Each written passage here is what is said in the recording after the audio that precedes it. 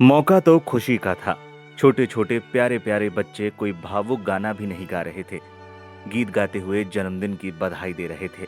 लेकिन कहते हैं ना कि जब कोई बहुत ज्यादा खुश हो तो रो देता है। भाव विभोर कर देने वाले इस वीडियो में सिर्फ राष्ट्रपति महोदया नहीं, जिसने भी ये तस्वीरें देखी वो अपने आंसू नहीं रोक पाया। राष्ट्रीय दृष्टि दिव्यांगजन सशक्तिकरण संस्थान में बच्चों के बीच पहुंची राष्ट्रपति द्रौपदी मुर्मू उस दौरान भावुक हो गई जब बच्चों ने उन्हें शुभकामनाएं देते हुए गीत तुम जियो हजारों साल गाया। दिव्यांग बच्चों की ओर से मिली इन शुभकामनाओं को पाकर राष्ट्रपति मुर्मू अपनी भावनाओं पर काबू नहीं रख पाईं और उनकी आंखें भर आईं। उन्होंने 2-3 बार अपने चश्मे को उतार कर आंसुओं को पोंछा। इस माहौल को देखकर हर कोई भावुक नजर आया। इस दौरान उनके पीछे बैठी महिला स्टाफ ने सुरक्षाकर्मी को इशारा किया, जिसके बाद राष्ट्रपति को टिश्यू पेपर दिया गया, जिसकी मदद से राष्ट्रपति ने अपने आंसू पोंछे।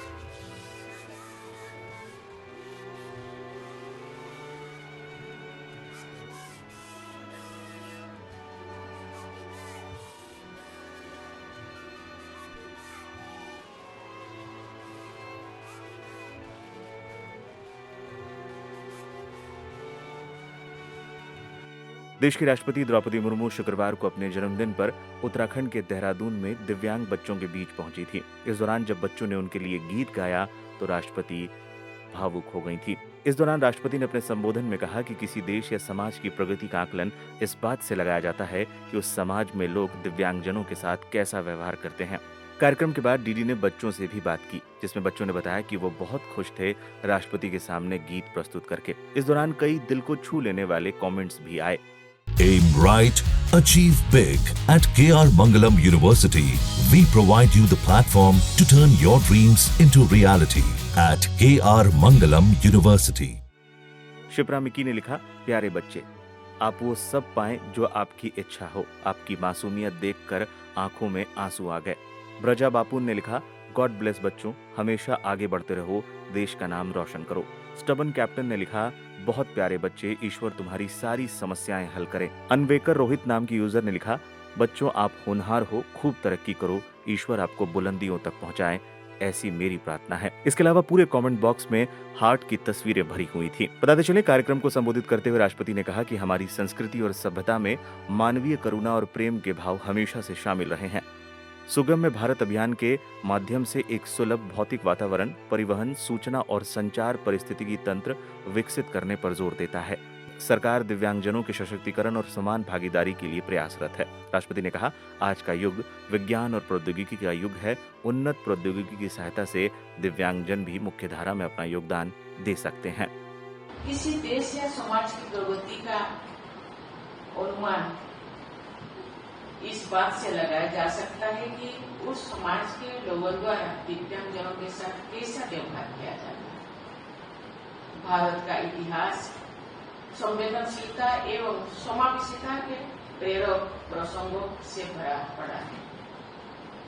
हमारी संस्कृति और सभ्यता में मानवीय करुणा एवं प्रेम के तत्व हमेशा रहे।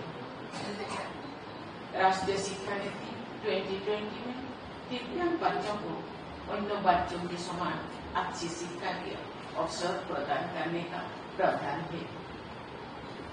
सुगम्य भारत अभियान के माध्यम से सरकार दिव्यांगजनों के सशक्तिकरण और समान भागीदारी के लिए प्रयत्नशील है। ये अभियान सुगम्य भौतिक वातावरण, परिवहन, सूचना एवं संचार परिस्थिति तंत्र विकसित करने पर बल दिया गया है। सरकार का ये प्रयास रहा है कि दिव्यांगजनों की पहुंच सरकारी भवनों, संस्थानों आदि में सुगम्य बनाया जाए।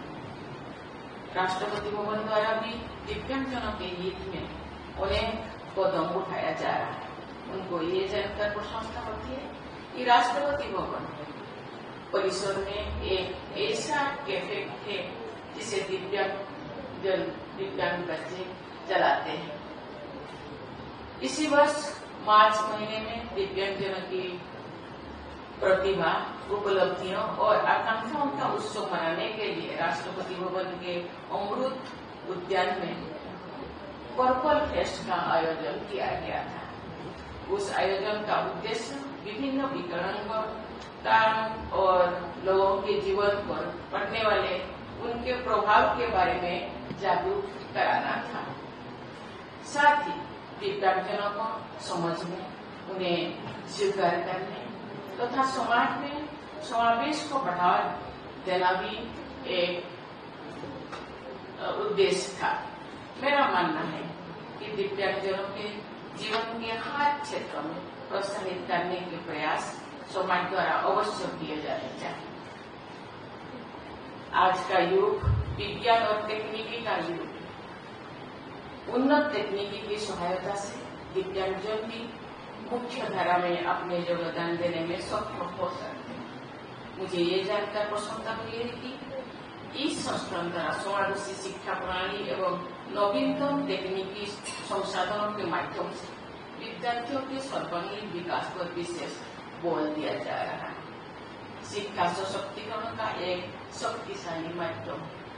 शिक्षा के माध्यम से कोई भी व्यक्ति अपने सपनों को साकार कर सकता है और राष्ट्र निर्माण में सक्रिय भूमिका निभा सकते हैं।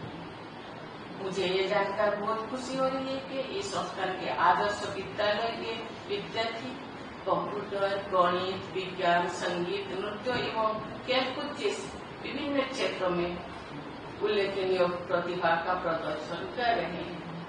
छोटे छोटे बच्चे द्वारा प्रस्तुत मनोरंजन सांस्कृतिक कार्यक्रम में हम सब ने उनकी प्रतिभा अभी देखा। मेरे आंखों से तो पानी रुके नहीं रुका। ये मुझे लगता है ये गले से नहीं गा रहे थे, ये हृदय से गा रहे हैं। जैसे कि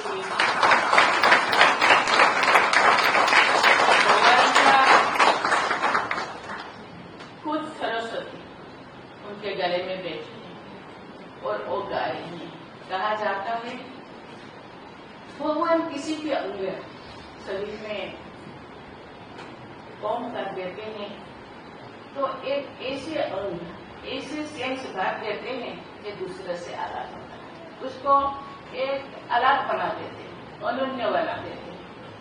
इसलिए ये मेरा पहली जन्म दिवस नहीं है कि जो एक दिव्यांगजन संस्था से मिल जाए। 2023 में भी एक दीपशिखा में गई थी, वहाँ के बच्चे भी बहुत अच्छा, हर इतनी प्रतिभा देख के कोई भी प्रभावित हो जाएंगे।